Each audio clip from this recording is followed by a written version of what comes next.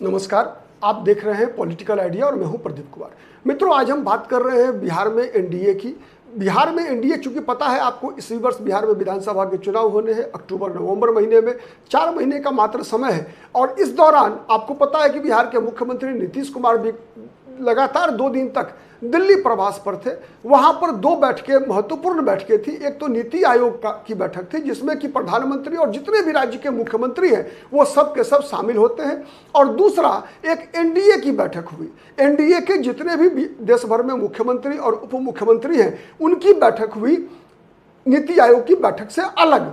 और वहां पर न केवल सरकार की योजनाओं के बारे में, सरकार की सफलता जो ऑपरेशन सिंदूर का रहा उसके बारे में बताया गया कि पूरे देश भर में किस प्रकार से माहौल बनाना है, साथ ही साथ इसी 2 बैठक के बीच बिहार में जो एनडीए है उसकी भी एक बैठक दिल्ली में हुई।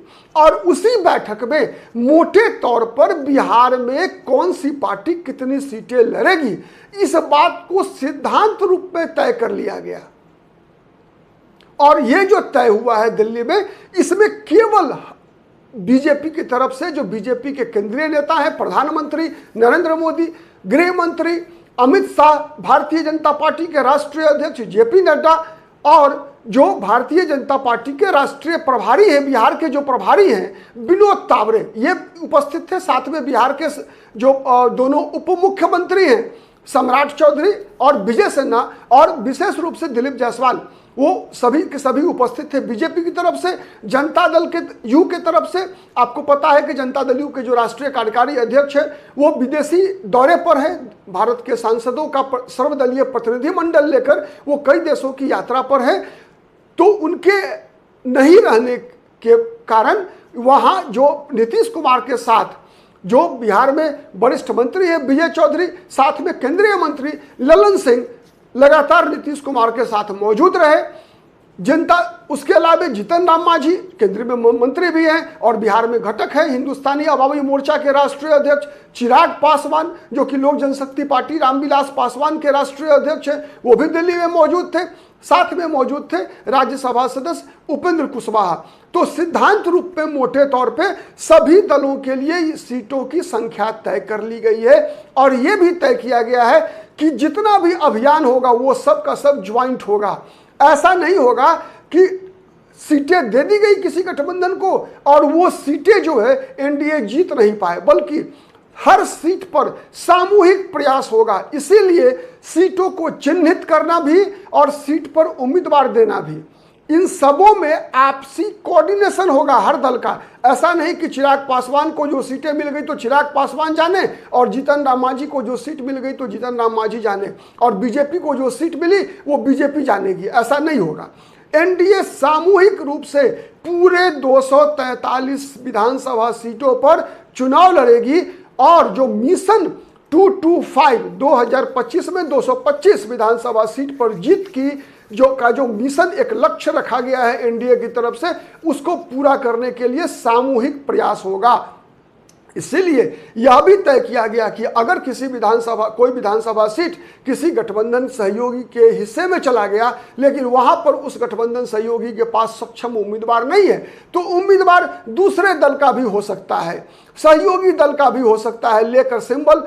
जैसे पिछली बार आप याद कीजिए, पिछली बार विधानसभा चुनाव में भी कई ऐसी सीटें थी जहां पर कि मुकेश सहनी की पार्टी से बीजेपी के उम्मीदवार चुनाव लड़ रहे थे, जीतन राम मांझी की पार्टी से के टिकट पर जनता दल यू के उम्मीदवार चुनाव लड़ रहे थे। इससे पहले याद कीजिए 2010 का बिहार विधानसभा चुनाव, जब जनता दल यू के उम्मीदवार थे और सिंबल भारतीय जनता पार्टी का था।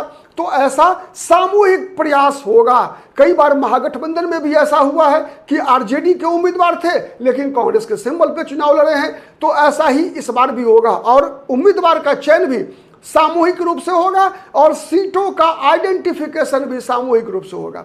और जो सीटों का बंटवारा हुआ है उसके तहत भारतीय जनता पार्टी और जनता दल यू दोनों 100-100 सीटें लड़ेगी। 100-100 सीट बराबर सीटें लड़ेगी भाजपा और जनता दल यू। इस बार भी 2025 के विधानसभा चुनाव में वैसे ही जैसे लोकसभा चुनाव में लड़ी थी लोकसभा चुनाव में वैसे बीजेपी एक सीट अधिक लड़ी थी, इस बार भी संभावना है कि बीजेपी विधानसभा चुनाव में भी एक सीट अधिक लड़ेगी। ठीक है, प्रतीक सिंबॉलिकली आप कह सकते हैं कि बीजेपी बड़े भाई के रूप में चुनाव में जाएगी।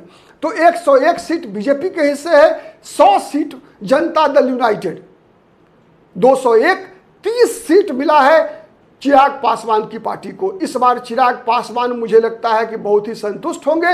यह चिराग पासवान के लिए उपलब्धि है और चिराग पासवान से भी बड़ी उपलब्धि भारतीय जनता पार्टी के लिए है। क्योंकि आपको पता है कि नीतीश कुमार और चिराग पासवान के बीच जिस प्रकार की प्रतिद्वंदिता रही है लगातार, आज से नहीं बल्कि 2000 रामविलास पासवान के जमाने से ही रही है ये प्रतिद्वंदिता, तो उसको खत्म करने में भारतीय जनता पार्टी इस बार कोऑर्डिनेट कर पाने में, बेहतर तरीके से कोऑर्डिनेट करके उस विवाद को खत्म करने में बीजेपी सफल रही है और 30 सीटें चिराग पासवान के हिस्से में जा रही है। चिराग पासवान के लिए एक और सरप्राइज है जिसकी चर्चा हम बाद में करेंगे, लेकिन उससे पहले चर्चा उपेंद्र कुशवाहा और जीतन राम मांझी की पार्टी के लिए। उपेंद्र कुशवाहा और जीतन राम मांझी की पार्टी के हिस्से लोकसभा चुनाव की तरह ही, चूंकि एक लोकसभा चुनाव सीट के अंदर 6 विधानसभा सीटें आती है, तो इस बार भी प्रोपोर्शनेटली 6 सीटें ऑफर किया गया है जीतन राम मांझी को भी और उपेंद्र कुशवाहा को भी, कि दोनों पार्टियां 6 विधानसभा सीटों पर चुनाव लड़ेगी। तो 242 एक सीट भाजपा ज्यादा, 201 30 सीटें चिराग पासवान, 6 सीटें उपेंद्र कुशवाहा और 6 सीटें जीतन राम मांझी। ऐसा सुनने में आ रहा है कि जीतन राम मांझी और चिराग पासवान ने इस प्रस्ताव के खिलाफ अपना विरोध दर्ज कराया है।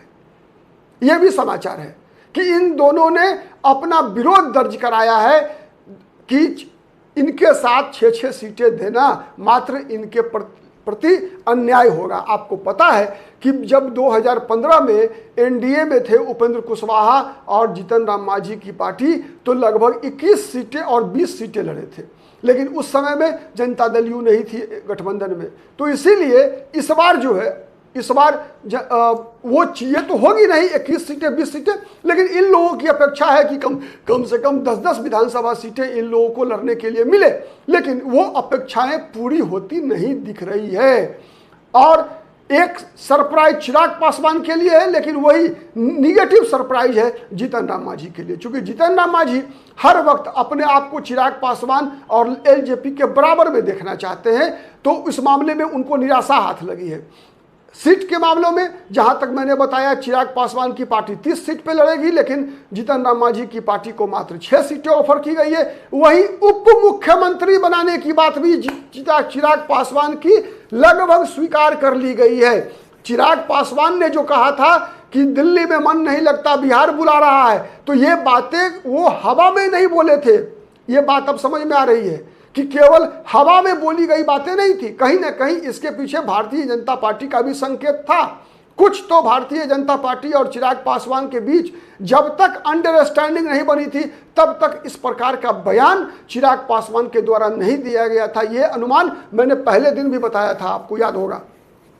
तो वो अनुमान सच होता हुआ दिखा है। आपको याद होगा जिस दिन चिराग पासवान विगत दिनों पटना आए थे, मुख्यमंत्री से मिले थे, तो मुख्यमंत्री को भी बताया था उन्होंने कि मैं बिहार में काम करना चाहता हूं, और ये चिराग पासवान की इच्छा स्वीकार कर ली गई है। और चिराग पासवान के बदले जब चिराग पासवान बिहार में उप मुख्यमंत्री बन जाएंगे, अगर एनडीए की सरकार बनती है, तो वैसे एनडीए कॉन्फिडेंट है कि उनकी सरकार बनेगी। लेकिन ये मैं कह रहा हूं, कोई बात, किसी भी चीज को हम टेकन फॉर ग्रांटेड नहीं ले सकते। इसीलिए इस बात में कई बार राजनीतिक पंडितों को भी चुनाव का परिणाम जो है असमंजस में ऐसा डालती है जिसकी कोई कल्पना नहीं कर सकता। नहीं, किसी ने उम्मीद किया होगा कि महाराष्ट्र विधानसभा चुनाव में, इस बार लोकसभा चुनाव में कुछ परिणाम, और जस्ट 6 महीने बाद विधानसभा चुनाव होता है तो परिणाम 100% उल्टा। तो ऐसा बिहार में भी हो सकता है कभी भी, इसलिए इस बात में कोई दम नहीं है। हाँ, लेकिन एक बात एनडीए की तरफ से स्वीकार किया गया कि अगर एनडीए की सरकार बनेगी तो चिराग पासवान उप मुख्यमंत्री बनेंगे। इस पर भी जीतन राम मांझी विरोध कर रहे हैं और करेंगे आने वाले दिनों में, आप इंतजार कीजिए। जीतन राम मांझी इस बात को हल्के में नहीं लेने वाले हैं, लेकिन कब लेंगे वो इस बात को सीरियसली आने वाले दिनों में मालूम होगा। आज के लिए इतना ही, बहुत बहुत धन्यवाद, नमस्कार, जय हिंद, जय भारत।